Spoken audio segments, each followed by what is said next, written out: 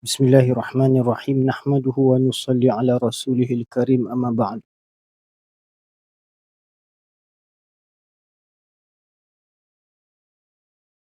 Jadi sambungan daripada kitab Durrun Nafis, Ad-Durrun Nafis pada fasal yang pertama ni membicarakan tentang tauhid af'al. Tauhid al-af'al maksudnya mengesakan Allah Subhanahu Wa Taala pada perbuatan.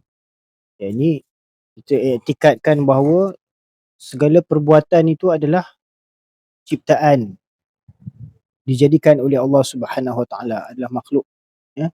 Yang ini perbuatan makhluk tu semuanya adalah ciptaan Allah Subhanahu Wa Taala juga. Jadi bentuk-bentuk perbuatan pergerakan, baik pergerakan yang bersifat mubasyarah ataupun bersifat tawallud, semuanya adalah dengan kudrat daripada Allah Subhanahu Wa Taala, dan semua yang berlaku dengan kudrat Allah Subhanahu Wa Taala adalah disertai dengan iradat Allah Subhanahu Wa Taala juga.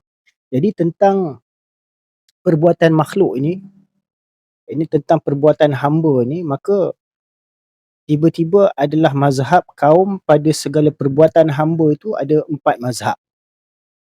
Yang ni ada 4 pendapat tentang menjelaskan perbuatan hamba tu. Adakah perbuatan hamba tu perbuatan Allah ataupun perbuatan hamba tu sendiri. Jadi golongan yang pertama, mazhab yang pertama adalah kaum yang tiada mengetahui mereka itu akan bahawasanya Allah Ta'ala itu yang berbuat ia akan segala perbuatan ini.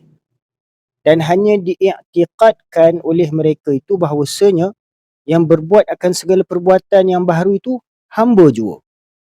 Dan adalah kudrat hamba yang baharu itu memberi bekas ia pada segala perbuatan hamba yang baharu. Maka iaitu mazhab Mu'tazilah yang bid'ah, lagi fasik, ataupun disebut sebagai apa? Qadariyah. Golongan Mu'tazilah ni juga dikenali sebagai Qadariyah. Ini menganggap perbuatan hamba itulah yang memberi bekas. Ini perbuatan hamba, perbuatan manusia itu dapat memberi kesan maksudnya. Mazhab yang kedua adalah mazhab Jabariyah, iaitu kaum yang mengetahui mereka itu dan memandang mereka itu akan bahawasanya segala perbuatan itu sekaliannya daripada Allah Ta'ala sendirinya.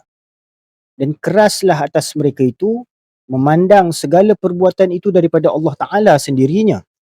Dan tiada sampai mereka itu kepada yang menyandar akan segala perbuatan itu bagi hamba, kerana kurang mereka itu daripada darjat kamal, yakni darjat kesempurnaan. Maka tersalahlah mereka itu daripada jalan syariat dengan sebab tiada menyandar akan segala perbuatan hamba itu kepada mereka itu. Maka iaitu i'tiqad zindiq. Jadi di sini ada perbezaan antara golongan yang pertama, mazhab yang pertama itu mazhab Mu'tazilah, dan mazhab yang kedua itu mazhab Jabariyah. Jikalau mazhab Mu'tazilah ni menganggap perbuatan hamba itulah yang memberi bekas, yang memberi kesan, dan mereka tidak mengetahui bahawa segala perbuatan itu adalah daripada Allah Subhanahu Wa Taala. Sebaliknya golongan mazhab Jabariyah ni pula menganggap segala perbuatan itu adalah daripada Allah Subhanahu Wa Taala. Mereka tidak melihat perbuatan itu bagi hamba kerana kurangnya pemahaman mereka pada tahap kesempurnaan baqa' tu. Jadi mereka menyandarkan kepada hakikat semata-mata bahawa Allah Subhanahu Wa Taala yang berkuasa atas segala, maka makhluk itu tidak ada apa daya dan upaya. Jadi mereka tidak ada ikhtiar dan usaha, menyerah bulat-bulat kepada Allah Subhanahu Wa Taala, ya. Dengan sebab tiada menyandar akan segala perbuatan hamba itu kepada mereka. Yang ini mereka anggap segala perbuatan itu mereka serah pada Allah Subhanahu Wa Taala, baik perbuatan yang baik ataupun perbuatan yang buruk itu mereka serah kepada Allah Subhanahu Wa Taala, kerana mereka anggap hamba tidak ada apa-apa daya untuk melakukan apa-apa perbuatan. Kalau golongan Mu'tazilah tadi menganggap hamba ada kuasa, ada daya upaya untuk membuat sesuatu perbuatan dan memberi bekas kepada sesuatu menerusi perbuatan mereka. Dan mazhab yang ketiga iaitu kaum yang mengetahui mereka itu Yakni mereka mengetahui tentang hakikat bahawa Allah Subhanahu Wa Taala yang menciptakan segala perbuatan, dan mereka lihat pada sudut syariat bahawa hamba itu diberikan ruang untuk ikhtiar dan berusaha. Inilah golongan Ahlus Sunnah wal Jamaah, iaitu kaum yang mengetahui mereka itu akan bahawasanya segala perbuatan itu sekaliannya daripada Allah Taala. Tetapi ada bagi hamba itu usaha dan ikhtiar.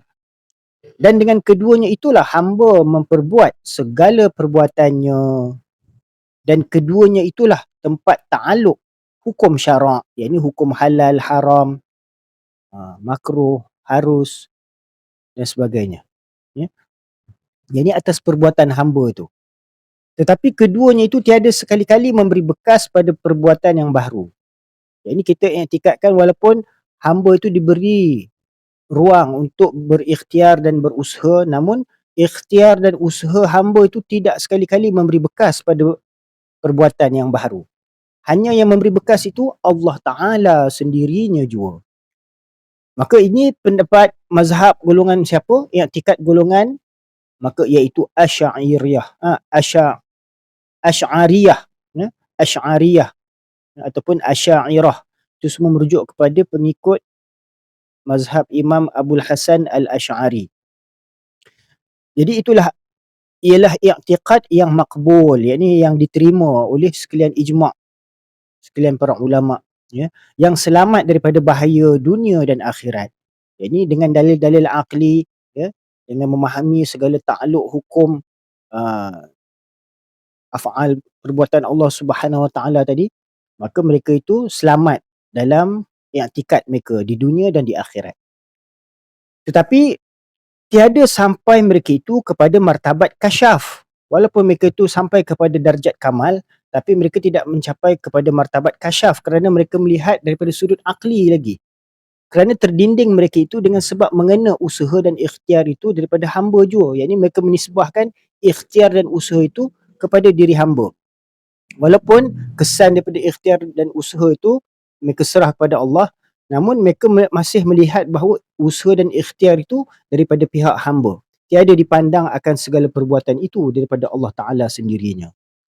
Maka tiap-tiap segala taifah yang tiga ini taifah itu kaum ataupun mazhab yang tiga itu, adalah atas penglihatnya itu ada ghisyawah, yakni masih ada tutupan, masih ada dinding, hijab yang menghalang mereka untuk melihat, memandang kepada hakikat yang sebenarnya, yang menutupi daripada sampai penglihat mereka itu kepada memandang wahdat al-af'al, yakni melihat kepada perbuatan Allah Subhanahu Wa Taala, mengesakan Allah Taala pada perbuatan.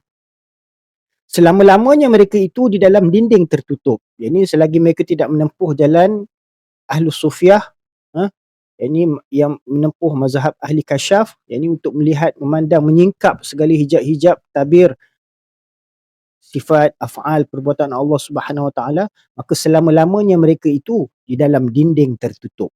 Tiada sampai kepada maqam kasyaf dan musyahadah dan mukafahah.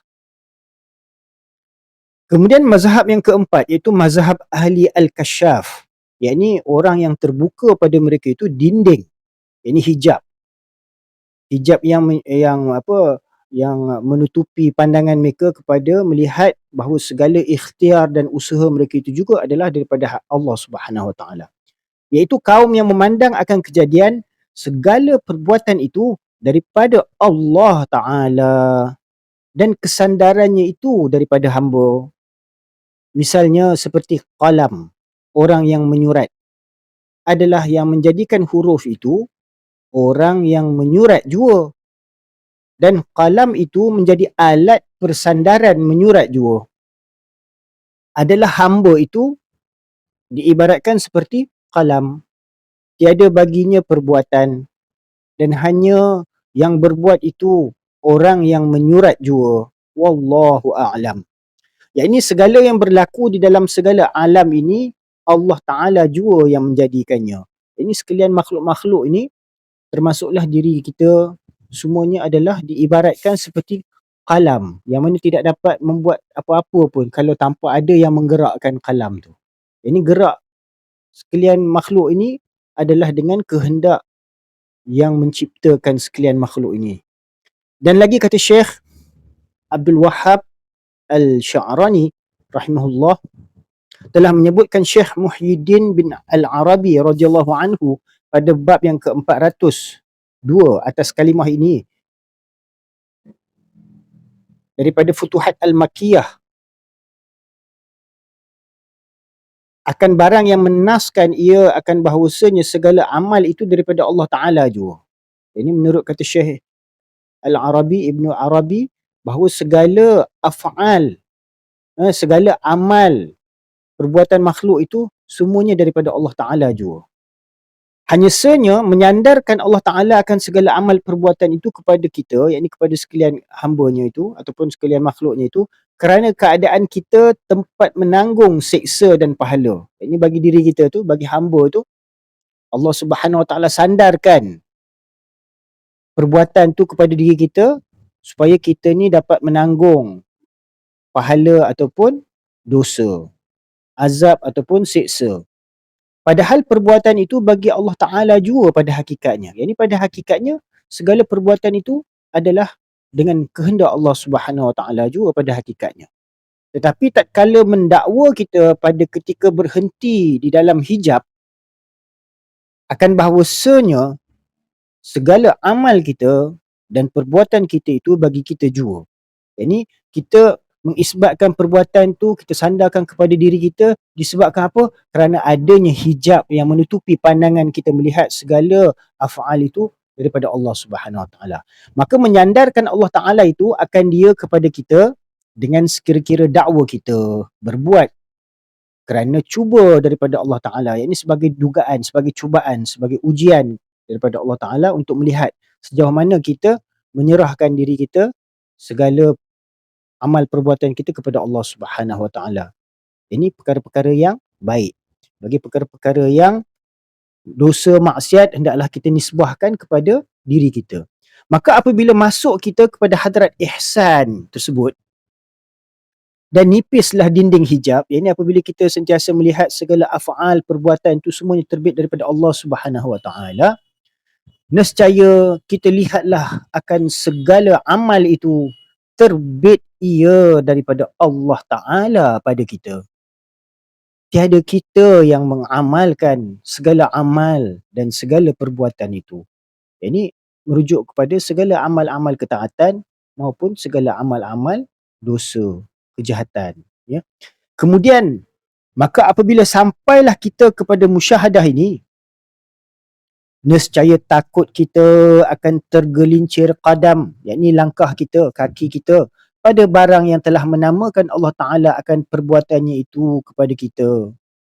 Kerana setengah daripada adab itu bahawa menyandarkan ia akan barang yang telah menamakan Allah Ta'ala akan sesuatu kepada kita serta pengetahuan kita dengan barang yang telah kita ketahui itu kerana mengamalkan akan firman Allah Ta'ala.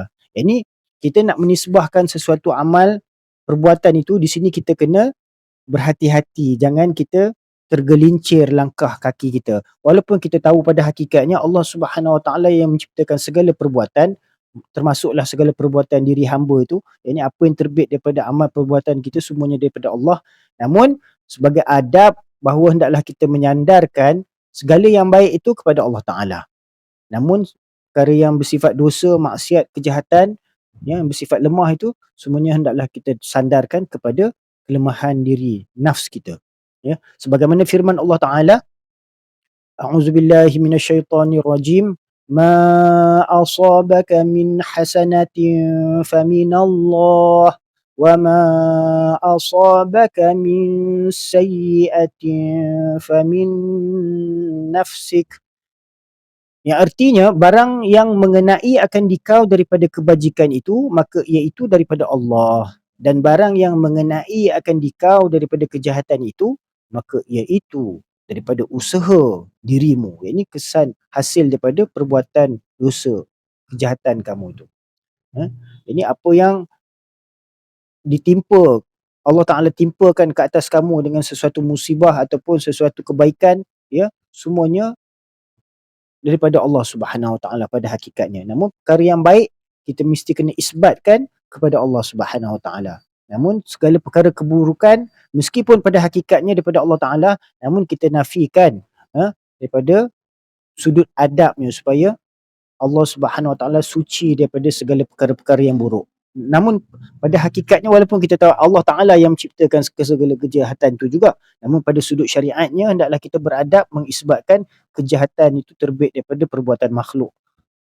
Syahdan kata Syekhuna Al-Allamah Maulana Syekh Yusuf Abu Zarrah Al-Misri pada ketika tadrisnya, yakni ketika dia dalam kuliah pengajarannya di dalam Masjidil Haram, tiada harus mengatakan kejahatan itu daripada Allah Ta'ala, melainkan pada maqam ta'lim juga, yakni pada uh, keadaan kedudukan kita dalam belajar dan mengajar, yakni untuk kita memahami tentang perkara hakikat ni pada ta'lim, yakni pada sudut pembelajaran, bolehlah kita katakan bahawa kejahatan itu juga terbit daripada Allah Ta'ala. Namun pada sudut yang lain, yakni pada secara umumnya tak boleh kita isbatkan segala kejahatan itu daripada Allah Ta'ala. Hanya pada sudut hakikat, pada sudut tujuan untuk mengajar supaya memberikan kefahaman. Dan kata Syekh Ibnu Hajar di dalam Syarah Arba'in, pada sabda Nabi SAW di dalam setengah daripada segala doa iftitah. Ini doa iftitah tu doa pembukaan sembahyang ketika selepas kita dah takbiratul ihram tu kita ada baca doa iftitah. Ya, doa iftitah ni pun ada beberapa sirah jenis bacaan. Ada lain-lain bacaannya, ada yang dibaca pendek, ada yang panjang. Jadi antaranya disebutkan di dalam doa iftitah tu wasyarru laisa ilaik. Artinya bermula kejahatan itu bukan ia daripadamu. Ini untuk kita beradab dengan Allah Subhanahu Wa Taala, ya, supaya kita tidak nisbahkan kejahatan itu kepada Allah Subhanahu Wa Taala. Namun walaupun pada hakikatnya kita tahu Allah yang menciptakan segala kebaikan dan kejahatan. Kerana mengajari bagi adab bahawasanya tiada harus disandarkan kepada Allah Ta'ala segala yang menghinakan. Segala yang menghinakan dia. Seperti tiada harus dikata Allah Ta'ala itu dia yang menjadikan anjing dan babi. Dan jika ada ia yang menjadikan tiap-tiap sesuatu sekalipun. Kerana adab. Ini sebagai kita beradab dengan Allah Ta'ala yang maha suci, yang maha mulia. Tak boleh kita gunakan perkataan-perkataan yang menunjukkan kepada penghinaan ataupun yang menghinakan. Walaupun pada sudut hakikatnya ianya adalah benar. Maka tiba-tiba adalah menyandarkan perbuatan kepada kita itu kerana menghikayatkan akan firman Allah Ta'ala juga. Dan lagi kata Syekh Abdul Wahab Asy-Sya'rani qadasallahu sirrahu kepada syekhnya Sayyidi Ali Al-Khawas radhiyallahu anhu, dia bertanya soal, apa hakikat usaha mengata akan dia oleh Imam Asy'ari itu? Ini apakah yang dimaksudkan dengan hakikat usaha pada hamba itu sebagaimana yang dikatakan oleh Hadrat Imam Al-Asy'ari? Maka sebagai jawabnya Syekh Sayyidi Ali Al-Khawas menjawab mengata akan dia bermula hakikat usaha itu, yakni usaha hamba itu, iaitu ta'alluq iradah mungkin, yakni ta'alluq kehendak yang mungkin dengan memperbuat barang perbuatan ada ia. Maka diperoleh takdir ilahi pada ketika ta'alluq iradah itu.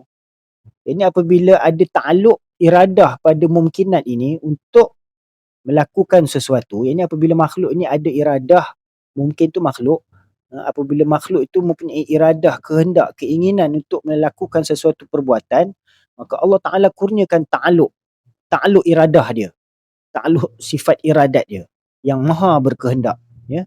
Allah bagi ta'alluq saja, bukannya Allah bagi sifat dia. Allah Ta'ala memberi ta'alluq iradah tadi kepada mungkin dengan memperbuat barang perbuatan ada ia, yakni sebagaimana yang hamba atau makhluk itu kehendaki. Maka daripada kehendak yang ta'alluq iradah pada mungkinat tadi, maka berlakulah takdir ilahi pada ketika ta'alluq iradah itu. Maka diperoleh takdir ilahi pada ketika ta'alluq iradah itu, yakni ketika mana hamba itu berkehendak sesuatu, maka Allah Subhanahu Wa Taala sesuai dengan iradat dia, ya, maka dengan ta'alluq sifat iradat dia, maka berlakulah ta'alluq iradat tu. Maka berlakulah kehendak. Allah Ta'ala pun sempurnakan kehendak, ya, yang ada pada hamba tadi. Maka menamai mereka itu akan yang demikian itu usaha bagi mungkin, yakni bagi makhluk. Pada makna bahawasanya mengusahakan manfaat dengan dia itu, yakni hamba itu, yakni makhluk itu atau mungkin itu mempunyai iradah, sesuatu iradah, kehendak tu selalunya untuk menghasilkan sesuatu manfaat, kepentingan untuk diri dia. Dan dengan dia itu kemudian daripada sudah berkehendak kepadanya, yakni berkehendak kepada takdir ilahi itu, yakni bila seorang hamba itu berkehendak sesuatu ataupun melakukan sesuatu, ha, maka di situlah berlakunya takdir ilahi. Ini sesuai dengan ta'alluq sifat iradat Allah Ta'ala dan ta'alluq sifat kudratnya kepada sekalian mumkinat.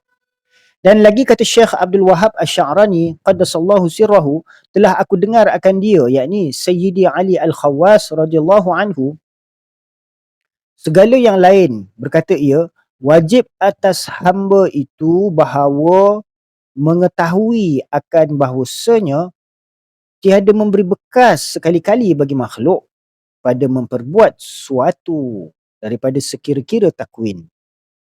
Hanya senya bagi hukum jua dalamnya faqat.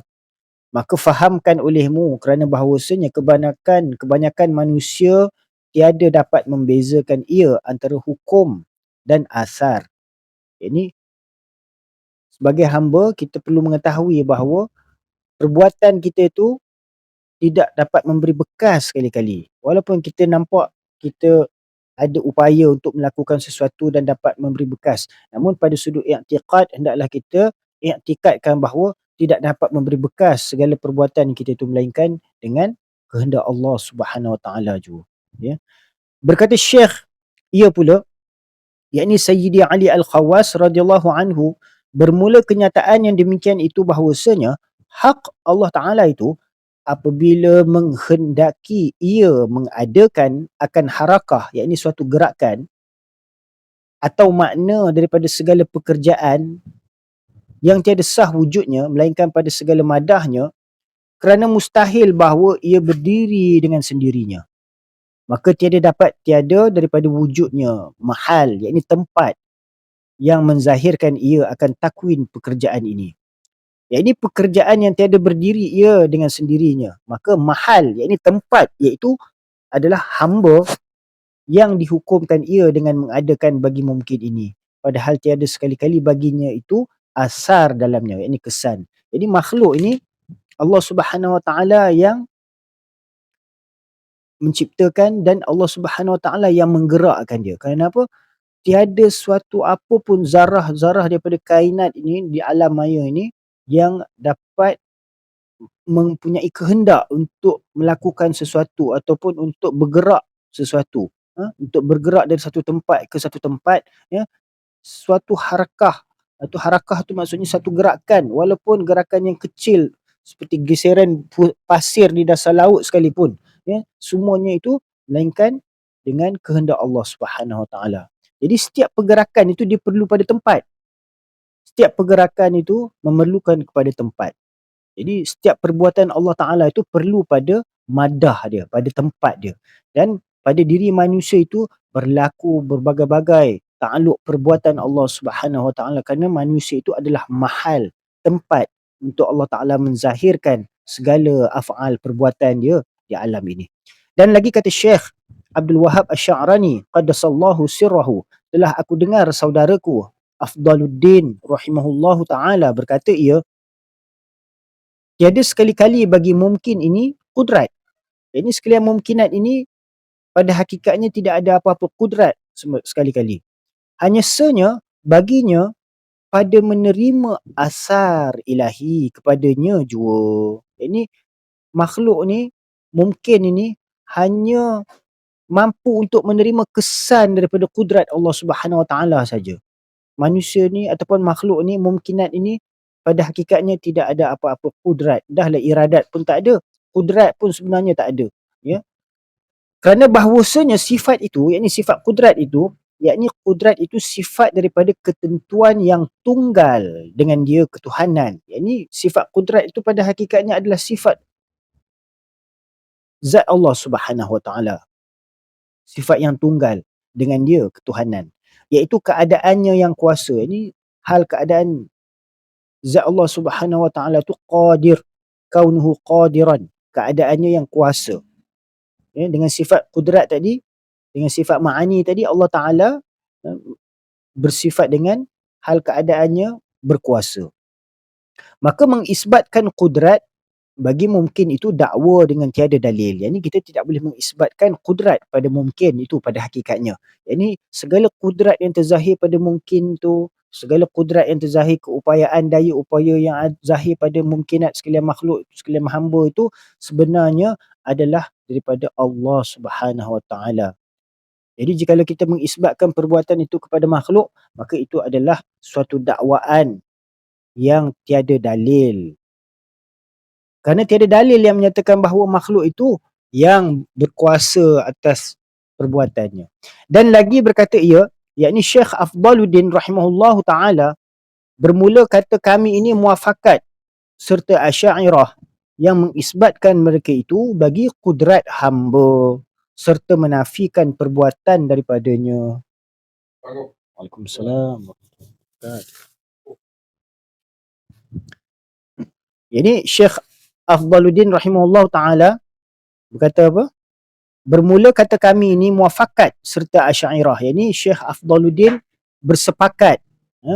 Bersepakat dalam kenyataannya menurut pendapat Asy'ariyah yang mana mereka mengisbatkan bagi kudrat hamba serta menafikan perbuatan daripadanya.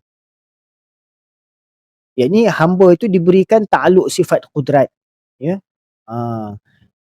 Dan lagi kata Syekh Abdul Wahhab Asy-Sya'rani qaddasallahu sirrahu, dan telah menyebutkan oleh Syekh Muhyiddin radhiyallahu anhu pada bab 120 daripada Futuhat Al-Makkiyah bahawasanya mengisbatkan kudrat bagi mungkin menafikan fi'il daripadanya itu setengah daripada segala masalah yang amat sukar kerana membawa kepada keadaannya itu fa'il padahal bukan fa'il. Jadi dalam menyatakan tentang perbuatan hamba, nak mengisbatkan perbuatan hamba ataupun nak mengisbatkan perbuatan Allah Subhanahu Wa Taala, jadi nak mengisbatkan sifat kudrat bagi mungkinat itu, ianya adalah suatu permasalahan, perbahasan yang agak sukar kerana ada berbagai-bagai pendapat, ada berbagai-bagai nas, dalil yang membawa kepada perbezaan pendapat. Ya. Jadi untuk mengisbatkan perkara ini, untuk menetapkan perkara ini memang agak sukar, melainkan dengan kasyaf, penyingkapan ataupun kurniaan ilmu pengetahuan daripada Allah Subhanahu Wa Taala. Kerana apa? Kita melihat segala perbuatan itu adalah pelakunya adalah Allah Subhanahu Wa Taala. Ya. Dan lagi berkata ia, yakni Syekh Muhyiddin radhiyallahu anhu, dan tiada membukakan Allah Taala atasku dengan menghilangkan labs. Labs yakni kesamaran pada masalah ini, yakni hal keadaannya fa'il, yakni hal keadaan Allah Subhanahu Wa Taala itu sebagai pelaku. Padahal bukan fa'il. Padahal Allah Ta'ala bukan pelaku. Melainkan pada malam ketika aku menyurat akan tempat ini pada tahun Hijrah 633 dan senyap sukar atasku mentafsirkan antara yang kalimah usaha yang mengatakan akan dia kaum Ahlus Sunnah dan antara khalqin yang mengatakan akan dia kaum Mu'tazilah. Ini sebagaimana Ahlus Sunnah, kaum Ahlus Sunnah mengatakan bahawa segala usaha itu daripada hamba, ya. Namun kesan daripada usaha hamba, perbuatan ikhtiar hamba itu semuanya adalah daripada Allah Subhanahu Wa Taala. Sebaliknya golongan Mu'tazilah tadi mengisbatkan segala perbuatan hamba itu sendiri yang akan memberi kesan bekas, ya. Maka di situ perbezaannya. Jadi atas perkara ini Syekh Muhyiddin sedang dalam dia muraqabah memerhatikan tentang permasalahan ini dalam melihat apakah yang sebenarnya pada hakikatnya. Ya, maka Allah Subhanahu Wa Taala pun maka mengurniai taufik Allah Taala akan daku dengan membukakan penglihatku, yakni dibukakan hijab, ya, kasyaf atasnya, atas mula-mula kejadian makhluk yang tiada mendahului akan dia makhluk, kerana tiada ada pada ketika itu melainkan Allah Taala jua. Maka firman Allah Taala bagiku di dalam sirku, yakni di dalam hatinya, ya, tilik olehmu akan dia di sana mula-mula kejadian makhluk. Yakni Allah Subhanahu Wa Taala mengilhamkan kepada Syekh Ibn Arabi supaya memerhatikan tentang asal mula-mula kejadian makhluk. Adakah pekerjaan itu yang mewaris labs, yakni kesamaran dan hairan? Maka sembahku, kata Syekh Ibn Arabi, tiada ya Rab, yakni tentang perkara awal-awal mula kejadian, tiada ada sebarang kesamaran dan tiada sebarang kehairanan, kerana kita tahu bahawa segala penciptaan makhluk itu bermula daripada Nur Muhammad sallallahu alaihi wasallam.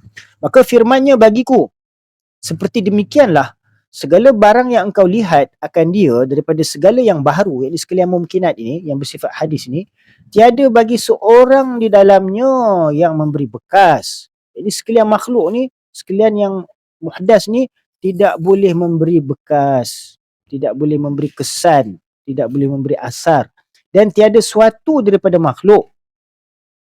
Maka akulah Tuhan yang menjadikan segala asya, ini segala benda-benda, segala sesuatu, ya, asya jamak bagi syai'. Pada sisi asya, yakni Allah Ta'ala yang menjadikan segala asya pada sisi asya, tiada dengan asbab, yakni Allah Ta'ala boleh menciptakan sesuatu daripada sesuatu, ataupun Allah Ta'ala boleh menciptakan sesuatu, tanpa sesuatu, tanpa asbab. Maka adalah daripada pekerjaanku. Itu semua adalah sifat perbuatan Allah Subhanahu Wa Taala. Kujadikan nafkhun, yakni tiupan roh pada Nabi Isa alaihi salam, dan kujadikan takwin ta'irun, yakni burung itu diciptakan dia dapat terbang. Yakni Nabi Isa alaihi salam dikurniakan mukjizat apabila dibentukkan tanah tu, tanah liat tu rupa bentuk burung, maka di situ ada penzahiran takluk sifat takwin Allah Subhanahu Wa Taala, sehingga Nabi Isa alaihi salam menzahirkan burung, bentuk burung tu daripada tanah liat tu hingga dapat hidup terbang. Maka sembahku baginya, ya Rab, apabila adalah seperti demikian itu, ini kata Syekh Ibn Arabi dalam dia berkalam dengan Allah Subhanahu Wa Taala, maka tiba-tiba adalah dirimu yang engkau khitab dengan katamu. Ini dinampak seolah-olah Allah Ta'ala tu berkata-kata kepada dirinya sendirilah kalau macam tu. Kalau semuanya Allah Ta'ala, inilah tentang yang dimaksudkan tentang apa, ahwal wahdatul wujud. Ini dimaksudkan segala kewujudan tu Allah Subhanahu Wa Taala. Namun pada sudut ni kita dapat lihat bahawa Ibnu Arabi dia tidak merasakan duduk dalam keadaan wujud tu, melainkan dia dalam keadaan isnainiat, dia dengan Allah Ta'ala. Jadi dia sedang syuhud kepada segala af'al perbuatan Allah Ta'ala. Nampak? Maka ya Rab, apabila adalah seperti demikian itu, maka tiba-tiba adalah dirimu yang engkau khitab dengan katamu. Perbuat olehmu dan jangan engkau perbuat. Yang ini seolah-olah Allah Ta'ala lah yang memberikan perintah dan larangan kepada diri dia sendiri. Ini segala perintah tu, walaupun nampaknya kepada makhluk, tapi kalau pada makhluk tu pun, segala perbuatan makhluk tu pun dengan kehendak Allah Subhanahu Wa Taala, berlaku dengan kehendak Allah Taala, ya, kehendak mereka pun dengan kehendak Allah Taala, perbuatan ikhtiar mereka pun dengan kehendak Allah Taala. Habis seolah-olah Allah Taala perintah kepada dia jugalah. Seolah-olah Allah Taala larang pun, tegahan dia kepada segala maksiat kejahatan pun seolah-olah larang pada dia jugalah, seolah-olahnya kan. Jadi ini yang menyebabkan Syekh Ibn Arabi agak-agak keliru dalam melihat, memandang kepada af'al perbuatan Allah Ta'ala ni. Maka tiada dapat dia buat apa, melihat perkara tu. Maka perbuat olehmu dan jangan engkau perbuat. Maka firmannya, yang ni kata, ya Rab, apabila adalah demikian itu, seperti demikian itu, yang ni apabila dia melihat penyingkapan tu Allah Ta'ala singkap, dia musyahadah melihat segala perbuatan tu daripada Allah Ta'ala, maka tiba-tiba adalah dirimu yang engkau khitab, yang engkau perintahkan, yang ini yang engkau cakap. Khitab tu maksudnya yang engkau khutbahkan dengan katamu, dengan firmanmu, ya, dengan perintah-perintah dia. Itu perbuat olehmu, ini perintah-perintah dia, dan jangan engkau perbuat, dan larangan-larangan dia. Maka firmannya bagiku, yakni dalam ahwal dia berkalam dengan Allah Subhanahu Wa Taala tadi, Allah Taala firmankan baginya dalam ilhamnya, apabila aku perlihatkan akan dikau dengan sesuatu daripada ilmuku, maka lazimlah olehmu adab. Ini yang kita kena perhatikan, ya. Adab ini, adab kita sebagai hamba kita dengan Allah Taala. Tak boleh kita isbatkan perkara-perkara yang Allah Taala larang itu walaupun zahir daripada perbuatan kita, ya. Maka kita kena lihat segala perbuatan tu memang daripada kita, kitalah yang buat. Kalau kita nak lihat pada sudut hakikat, memang Allah Taala yang buat segala perbuatan tu, tapi pada sudut adabnya hendaklah kita jaga. Maka lazimlah olehmu adab, kerana bahawasanya hadrat ini tiada menerima, ia akan sangat menidak-nidaki akan perbuatan Tuhan, seperti firman-Nya, la yus'alu amma yaf'alu wa hum yus'alun. Ini dia tidak akan ditanya tentang apa yang dia perbuat, tapi kamulah yang akan ditanya. Jadi daripada ayat ini, dalil menunjukkan bahawa hamba itu akan dipertanggungjawabkan atas segala ikhtiar dan usaha dia, segala amal perbuatan dia. Kerana Allah Ta'ala bagi dia ilham, dia bagi akal fikiran untuk buat pertimbangan sama ada nak pilih yang taqwa ataupun fahsya. Kan? Fa'alhamaha fujuraha wa taqwaha. Allah Ta'ala ilhamkan kepada nafsu. Maka dia yang buat pilihan, ikhtiar. Dia nak pilih yang mana. Kalau dia pilih taqwa, maka adalah ganjaran pahala untuk dia. Kalau dia ikhtiar yang fujur, maka adalah akibat dia, dosa untuk dia. Kata Syekh Abdul Wahab Asy-Sya'rani, fata'ammalhu fa'innahu nafisun. Maka hendaklah kita benar-benar memerhatikan perkara ni. Yang ni merenung. Kerana perkara ni agak halus ni, dalam perbahasan dia, dan merupakan mutiara yang sangat bernilai, ya.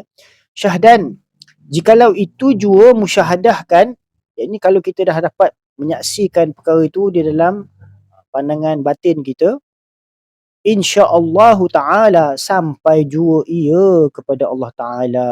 Yakni sampai kita kepada makrifat Allah Taala, melihat, mengenal Allah Taala tu menerusi af'al, melihat pada af'al perbuatannya. Kerana apa? Kerana maqam tauhid al-af'al ini maqam yang di bawah sekali-kali daripada segala maqam arifin. Ini walaupun maqam tauhid tu dia ada martabat-martabat, ya. Dia ada beberapa martabat yang tinggi, makin tinggi lagi, ya. Dan di antara sekalian martabat-martabat tauhid itu, martabat yang paling rendahnya adalah martabat tauhid af'al inilah, ya. Jadi kalau kita dah masuk kepada tauhid al-af'al ini, insya-Allah kita dah sampai jua. Walaupun kita tak sampai kepada makam tauhid sifat, asma, ya, ataupun sampai kepada tauhid az-zat dia.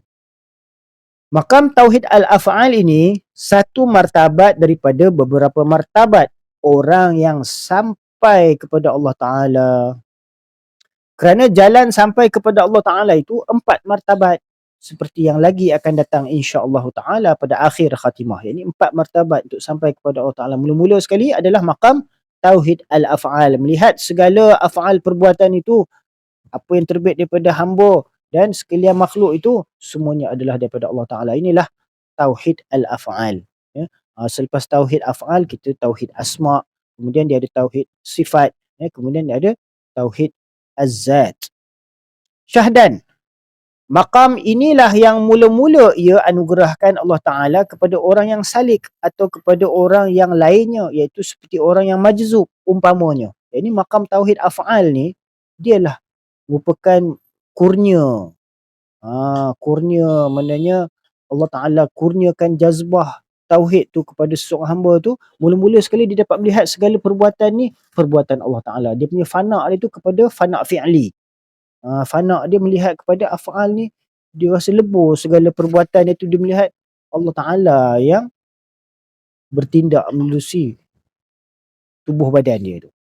Ibaratnya diri dia tu dia melihat seperti qalam yang tak boleh nak bergerak apa-apa, tak boleh nak menentukan apa-apa kehendak ataupun perbuatan, melainkan dengan kehendak dan perbuatan yang menguasainya, zat yang menguasainya, ya.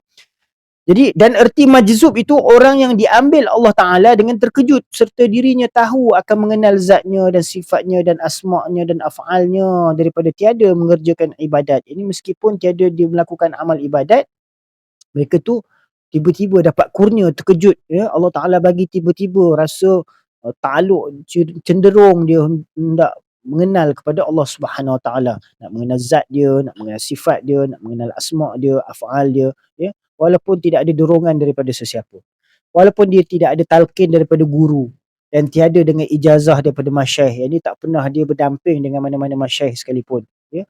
Ada di kalangan hamba-hamba Allah Ta'ala yang diberikan kurniaan jazbah sedemikian. Syahdan bahawasanya maqam inilah natijah as-suluk.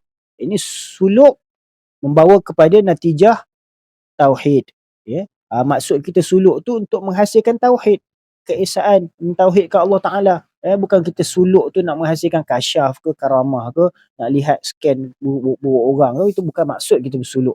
Maksud kita bersuluk tu nak menyingkap segala hijab-hijab tauhid inilah. Pertama sekali nak menyingkap tauhid af'al ni, nak menyingkap hijab tauhid af'al ni, nak melihat segala perbuatan itu isbatkan segala perbuatan itu kepada Allah. Kalau tidak, kita akan nampak perbuatan itu kita isbatkan kepada hamba, ya. Kalau kita salah salah boleh jadi termasuk dalam golongan Mu'tazilah yang mengisbatkan perbuatan itu bagi hamba. Ya tak? Dan perbuatan hamba tu yang beri bekas, yang beri kesan. Dah termasuk kita dalam golongan Mu'tazilah tanpa kita sedari. Jadi bahawa makam inilah natijah as-suluk dan samrahnya, yakni hasil-hasilnya, buah-buahannya. Artinya jadi daripada orang yang salik, yakni orang yang menempuh perjalanan suluk itu, dan buahnya, yakni hasil-hasilnya.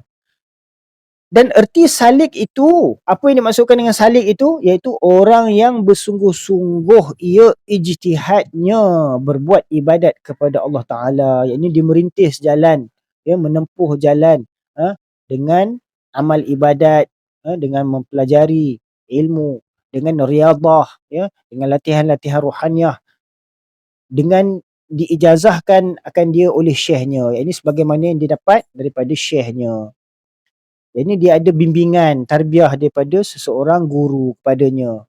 Dengan tiada cedera ia pada mengerjakan akan dia. Yakni dia betul-betul memelihara segala wirid-wirid, disiplin-disiplin, tata tertib, cara-cara adab-adabnya dalam dia menempuh perjalanan suluk tadi. Dia memelihara segala adabnya. Tiada cedera ia pada mengerjakan akan dia. Dan tiada menyalahi ia akan barang yang disuruhkan akan dia oleh gurunya. Ini segala wirid-wirid, segala peraturan-peraturan, semua ada adab, semuanya dipatuhi. Dia menempuh disiplin perjalanan ahli sufiah daripada segala amalan ibadah dan lainnya.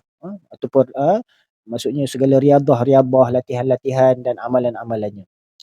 Itu dimaksudkan sebagai salik. Dia ada guru dia.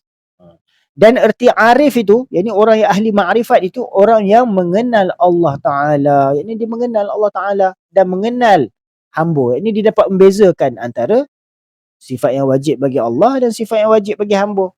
Hamba tu sifat dia lemah, ya, bergantung, memerlukan, dan hal keadaan itu diciptakan dan dia akan fana, dia akan binasa, ya.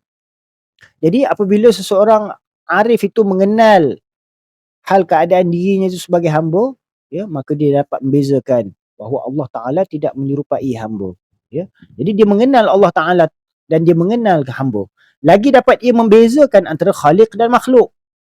Bahawa sifat khaliq, bahawa sifatnya menciptakan. Dia menciptakan segala sesuatu, memiliki segala sifat kesempurnaan, ya, keupayaan, kekuatan, kekuasaan, kudrat, ya, dan dia ada kehendak baru dia boleh menciptakan. Sebaliknya makhluk dia tidak ada apa-apa upaya, kehendak pun tak ada, kudrat pun tak ada. Dia diciptakan daripada ketiadaan menuju kepada keadaan, daripada ma'adum kepada mawjud, ya. Jadi dia dapat membezakan. Itu yang dimaksudkan sebagai orang yang arif, dia makrifat perkara tu, ya. Dia tidak samakan makhluk tu sebagai Tuhan dan Tuhan tu seperti mana makhluk, ya. Lagi dapat ia membezakan antara khaliq dan makhluk. Dan di samping itu musyahadah akan segala yang tersebut tu. Yang ini dia menyaksikan dengan pandangan akal, dengan pandangan batin dia, tersingkap segala pemahaman dia tentang perbezaan antara pencipta dan makhluk ciptaan, ya. Dan maqam inilah maqam yang pertama daripada segala maqam arifin. Ini orang-orang arif, ahli makrifat yang menyampaikan ia kepada maqam yang di atasnya. Ini maqam yang seterusnya daripada atas, daripada tauhid af'al ni, itu maqam yang seterusnya iaitu tauhid al-asma, iaitu mengesakan Allah Taala pada sekalian nama-namanya. Iaitu maqam yang kedua daripada segala maqam arifin.